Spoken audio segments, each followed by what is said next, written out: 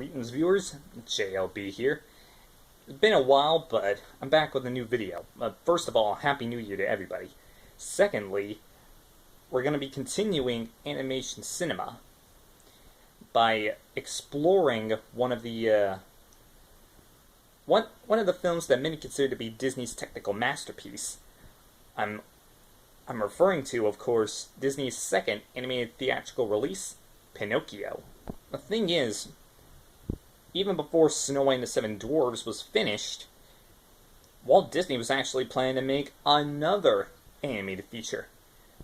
Yeah, Walt was in the middle of a big project, something that people say was going to fail, something that could have bankrupted him and his entire company, and yet he still had the confidence to go on and plan for an encore. You know, I think Joe the Disney Guy, a fellow YouTuber who I happen to be a fan of, I think he was right when he says that when you think about it, Walt kind of was insane thinking about it. But where exactly does the story of Pinocchio come from? Well, according to my sources, Pinocchio was actually an 1883 children's novel written by Carlo Collodi. It grabbed Walt's attention, and of course, he wanted to make it into a feature. But fun fact, Walt actually wanted Bambi to be their next animated movie after Snow White. But since they had a hard time doing realistic animal movements, they decided to push Bambi back a few years. And of course, well, the rest is history. Pinocchio became the second animated feature that Disney made. But during production, the character Pinocchio was quite different than what we know today. I mean, the book from 1883 is kind of on the dark side. And, well,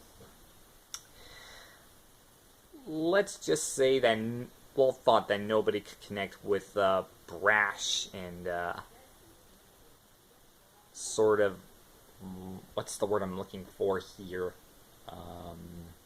Unruly. Yeah, brash and unruly.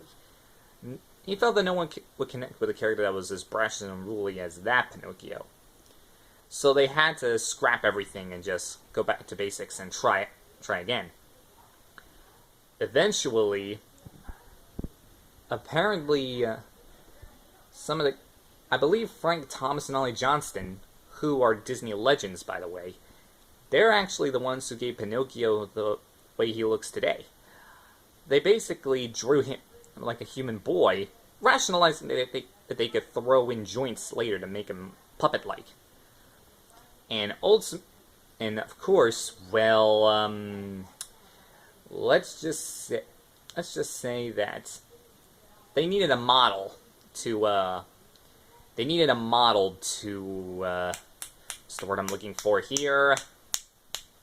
Oh yeah, they need a model to reference from, which was the origins of the modeling department at the Disney studio. They made 3D figures, models called maquettes, so that way they could draw the character from all angles. And, well, let's just say that it was a genius idea because they managed to make an actual Pinocchio puppet to reference from. Now, when it came to some of the scenes in the film, they had to use their new technology, the Multiplane Camera, which they used on Snow White, a bit differently. For example, when you cut into Pinocchio's village, when you see it for the first time in the film, they actually had the Multiplane Camera pan inward and then sideways. They had to be really creative on how they did it, but somehow they managed to pull it off. And it takes quite a few hours to make just one shot of film. And that shot in particular, that was pretty technically impressive for its time. Let's see, is there anything else I'm forgetting here? Oh yeah, of course, silly me. The cast. That's what we'll talk about next. Instead of regular unknowns that they got for Snow White, they actually had some big-name stars come out for Pinocchio. They had Cliff Edwards play the part of Jiminy Cricket.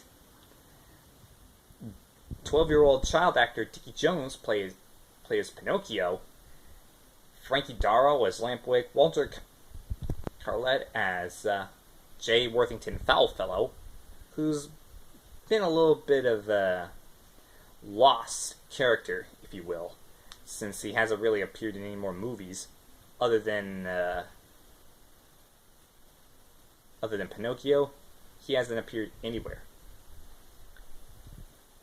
They casted Evelyn Venable as the Blue Fairy, Charles Jules as Stromboli and the Coachman, and Christian Rubb, he played the part of Geppetto, plus he was actually a model they used to reference from to draw the character of Geppetto. And of course, there is one character who had a bit of a voice, but Walt decided to make him a mute. J. Worthington Foulfellow's partner Gideon. You see, they originally had Mel Blanc come in to do the voice of Gideon until Walt decided to make him a mute. Yeah, if you know your animation history, you know that Mel Blanc was the guy who voiced Bugs Bunny, Daffy Duck, Porky Pig, and countless other Warner Brothers and Hanna-Barbera cartoons.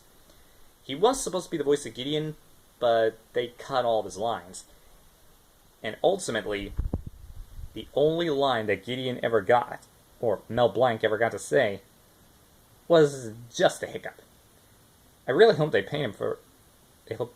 I really hope they paid Mel for his time. It's hard making a realistic hiccup noise.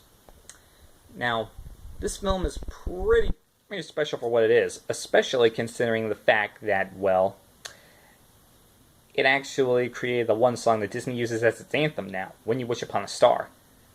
And trust me, if you've seen the opening to any Disney film these days, you know what I'm talking about. Now, as for any other things that made Pinocchio, well, gave Pinocchio its legacy, well, Jiminy Cricket actually got a bit more leeway than J. Worthington Foulfellow and Gideon, because he kept on appearing in different films, like a film that we'll talk about later, Fun and Fancy Free. But then again, some people don't really like Jiminy Cricket all that much. Maybe it's just because of the fact that he can whistle, some people can't. But whatever. And of course, the water effects that they used for the climactic scene with Monstro the whale, the giant whale from the movie, they actually used those same effects years later in the 80s, where they were making one of the most popular Disney movies in history, The Little Mermaid. But I think it's safe to say that because of all of that, Pinocchio is definitely considered one of the Disney's most technical masterpieces. But when it comes to masterpieces, I'd have to say that the next film we're going to be talking about is definitely a masterpiece all its own. So stay tuned for that. And I think that'll about wrap it up for me today. Thanks for joining, and make sure that you subscribe to my channel or leave a comment. Check out other videos around my channel, and I'll see you all next time.